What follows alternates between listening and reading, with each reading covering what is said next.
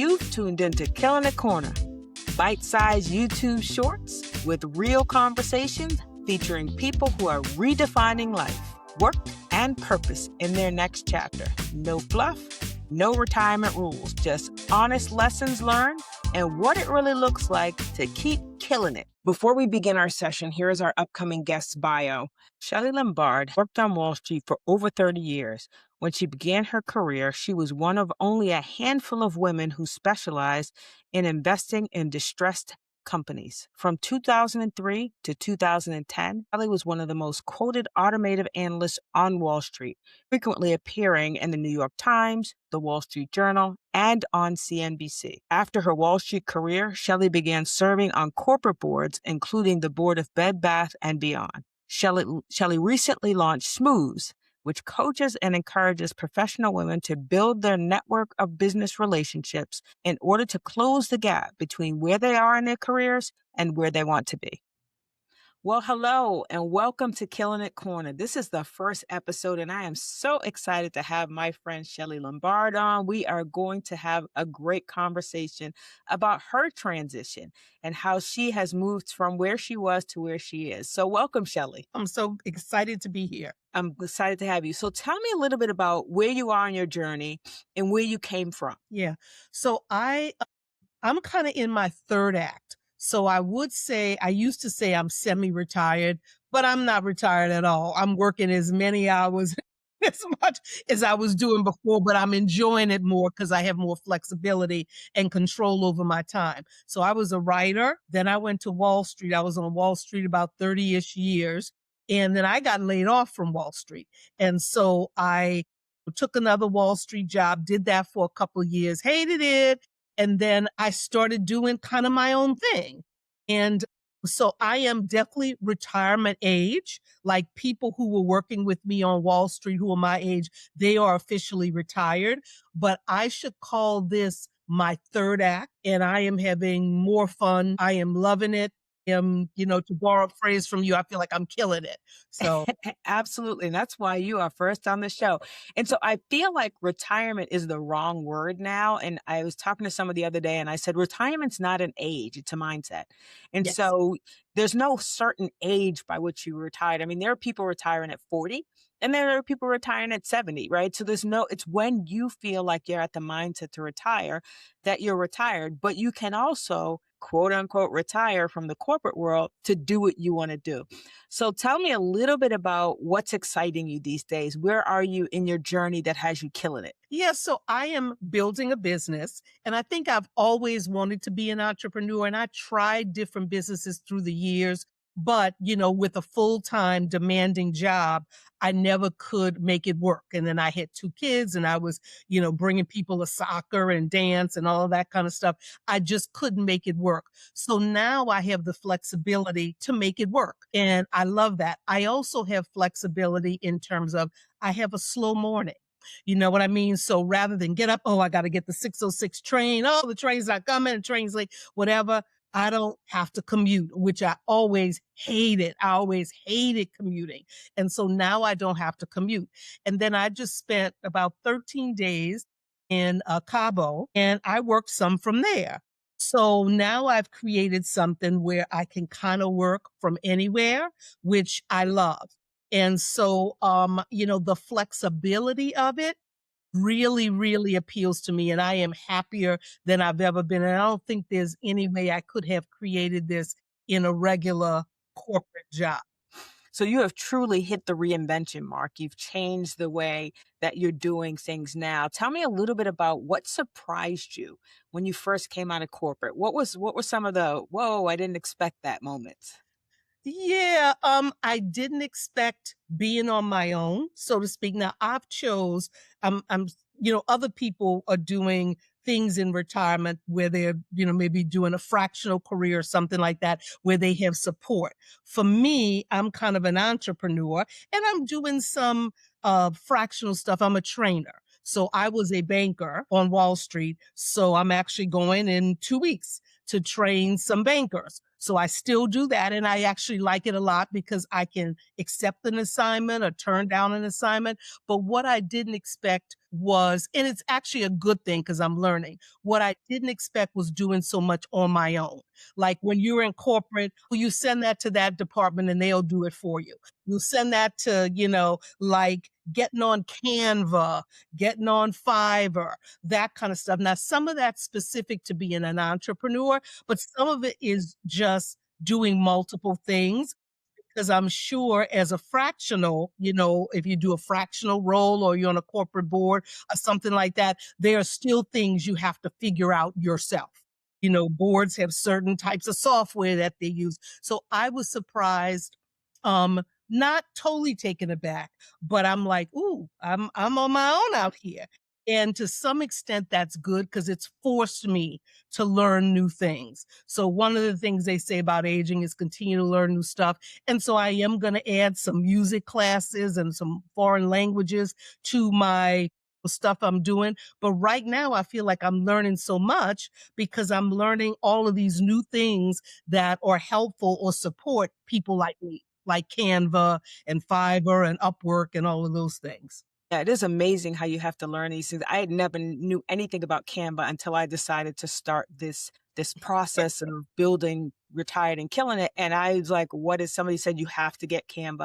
I've learned to make ChatGPT my best friend so much that I renamed it Evie. So most people call it ChatGPT. I say I have to ask Evie. So this reinvention thing, it's real, but I want to take back for a minute because Hmm. bio mentions that you served on a board, and there are lots of people out there who board service is of interest to them, right? Right. They've started the board journey or they're thinking about it. Talk a little bit about being on the board. You're on a pretty large, significant board in Bed and Bath. Right. Yeah.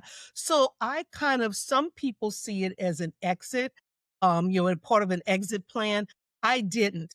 I just kind of happened into mine. So I had worked with someone years ago before my kids were born, and my kids are in their, late 20s and 30s. And he owned stock, a large stock position in a company. And he said to me, would you like to be on the board? And I didn't know anything about boards, but I was at least savvy enough to say, yeah, I'll be on the board because I was in the mode where I'm like, I want to learn some new stuff. And so what I would say to people is, all of those relationships that you had along the way, those, mind those, pay attention to those, especially when you enter your second act, because they can open doors that you didn't expect. I did not expect to be on a board. The saying is, or the data shows that 80% of board roles come through relationships. Mine certainly did. And they tend to be sometimes relationships from way back. So mind those relationships, stay on top of those relationships. The board thing has been nice. I do a couple of things. So I do some training of bankers, as I mentioned, and I love that because it is, I can say, oh no, I don't want to go there, but yeah, I'll do that one. That one's virtual. I'm on two corporate boards, one public and one private, and I'm running my little startup. You truly have what they call the portfolio life right now, Yes. and you talked about the whole piece of how you got on the board, and you and I met that way through Black Women on Boards, as I started my journey on boards, and have managed to pick up a nice advisory board and continue the journey. But part of that journey has been me joining your organization, SMOOZE, which is honestly a lesson I wish I had, 20 years ago in my career. And you're just doing such a great job of helping those of us, no matter what stage you are, deal with this one issue that can be such a hindrance for us. So talk about SMOOZE, talk about how it came to be, and then where it is and where you think it's going. Yeah. So I started Schmooze not because I'm an expert at networking. I started Schmooze because I'm not. So when I worked on Wall Street, I was not very intentional about networking. I think back to the people I met and the people I knew. And I think my career would have been even better. It was fine, but it would have been even better had I been intentional and strategic about networking. not just because I thought at one point some of those people would give me a job, but because there was advice, there were insights, there were guidance, there was observations that I could have tapped into had I kept in touch with some of the people in my career, both internally at my job and externally. So I never was great at networking. I definitely had a few. I belonged to a group of women when I started doing, and my specialty on Wall Street was investing in companies that were in financial distress. So at that time, there weren't a lot of women who were doing that. So there were a handful of us, maybe 8 of us, who would get together periodically and we would, go to dinner and chat or whatever. So I definitely did something, but I was more like, oh, I like you. Let's have lunch. It wasn't like, you know what? I need to keep in touch with that person. And I think my career would have been better for it. Fast forward when I started serving on corporate boards, I got my first one through a relationship, and every single one after that was due to a relationship, every single one. And so I learned that 80%, as I said, of board roles are found through relationships. So I was like, you know what? This networking thing is something that people need to be doing. So I decided to start SMOOZE, and we offer many master classes. I don't teach most of them because, like I said, I'm not a networking expert, but I bring in executive coaches to teach classes on your LinkedIn profile or, weak ties. Who are the weak ties in your network? Who people you may want to go back and reconnect with? And then we do events where people can actually connect in person. But I just think it's so important, particularly for people, for women and people of color, because as the world changes, formal programs can disappear, but nobody can take away your network. And so you really need to invest in your network. That is such great advice, Shelley. One of the reasons, it's definitely one of the reasons why we stay connected because, like you, I have been terrible at networking. And as you go into your second act or whatever you want to call it, for me, retired and killing it, networking becomes even more important because now I've lost the natural networks that happen when you go to work every day. So Yeah. for entrepreneurs out there or anybody who you're thinking about your second act, your network becomes very important because you don't see as many people every day as you used to, and you don't organically connect with them. So you have to be deliberate about it. And that's the hard part, being deliberate about Yes. the network. So if you were going to throw out one or two pieces of advice for people just around the networking piece, what would you give? What advice would you give? Yeah, a couple of things. I do onboardings for new and newish schmooze members. And 3 things I would say: be strategic, be systematic, and be seen.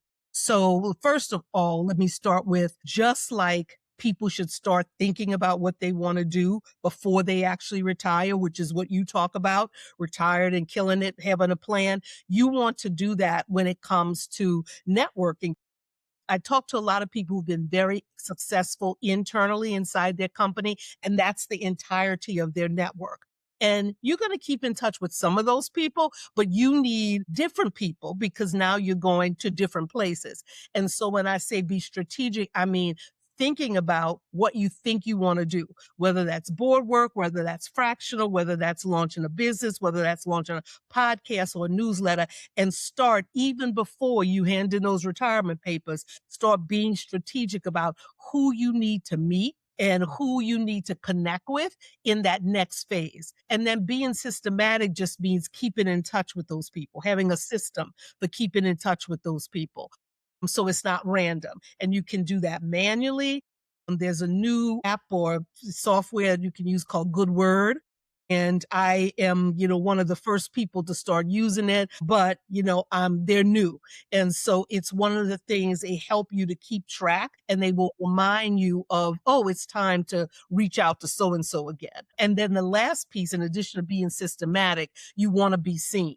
So easy for people to forget you if you're not seen. So part of it, I say, being seen or visibility is a networking hack. Visibility is a networking hack because when people see you on podcasts or they see you at events, they remember you. And so when something interesting comes up, they'll reach out to you. But if they don't see you either live at an event or see you posting on LinkedIn or whatever, you're out of sight, out of mind. And so being strategic, being systematic, and being seen is the advice I would give to people. First, start those things now. Start them now before you actually walk out the door for the last time. That is such great advice. The systematic part I'd been struggling with. I'm still battling with an Excel spreadsheet, so I am going to check out Good Word for Yes. sure. And so, as we wrap up, what advice do you have for someone who, like you, is coming out of their second, third act? They're headed, they're not quite ready for that retirement piece yet. The retirement piece that says go and chill out and do nothing, but they're ready for some type of reinvention. What advice do you have for them? Yeah, I would say, and I'm sure you would probably give this same advice. So get Lisa's book and read it and start now because it's going to take longer than you think. My sister was going, she wasn't retiring, but she got downsized and it was like, okay, what do I do now? It took her a number of years to figure it out. And so figuring out what you want to do and figuring out how do you get there from here is just so critical. And it's going to take longer than you think. So don't wait, like I said, until you walk out the door for the last time of your job. You want to start thinking about that now. You would want to start joining those organizations or making those contacts now. And if you decide, I'm not doing anything, I'm traveling, I'm whatever, then you still, travel groups, the links, getting more active in your sorority, all of that stuff you want to start thinking about now before you leave your job because it takes a while to transition. And so you want to do that now. And so I really like that you're what you're presenting because it actually represents you. I think about the fact that you left you when you got downsized from your first Wall Street job, you immediately went to another Wall Street job, and to your point, hated it because there was no pause to say, "Do I want another Wall Street job, or do I want to do something else?" And to your point, I think people have to pause and say when they're at that point, "What is it that I want to do?" Do I want to just keep doing what I was doing?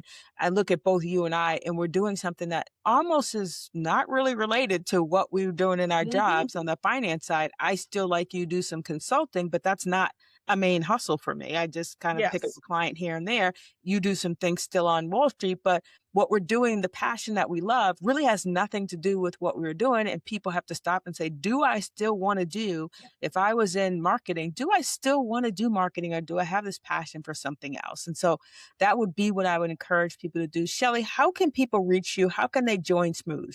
Thanks for asking. So I am all over LinkedIn. I'm on LinkedIn every 5 seconds. If you send me a message, I will see it in the next hour because I'm on LinkedIn all the time. So I'm Shelly Lombard, Lombard on LinkedIn. Schmooze also has a business page on LinkedIn. And then our website is schmooze.biz. And you can go on, you can see what we're all about. And join. You can even take courses on a one-off basis. So you don't have to be a member. You can, if you're a member, you get unlimited access to courses. But if you're not a member, you can take courses on a one-off basis. So maybe something, about LinkedIn profile or posting on LinkedIn is something you want to find out more about, and you can take a course on a one-off basis. So schmooze.biz will, tell you all about us. Excellent. And I recommend to people to really check it out, particularly if you're introverts like Shelly and I, and you're just not good at this networking thing. Smooze really does help. If you just do nothing else, sign up for the newsletter because in the newsletter, you get all the information about what's happening. You can decide whether you want to join after you've attended a couple of sessions. But I have learned so much. And every time I attend one of these sessions, I come away with something that's a to do. And today, it's that I'm going to check out Good Word because that is a weakness of mine, the systematic part and saying, reminding me. Shelly, it Yeah, was wonderful to have you. Thank you for being my first guest on Killin It Corner. I'm And I honored. look forward to being connected, continuing to be connected to Smooth and many other ways. Thanks. Thank you for having me.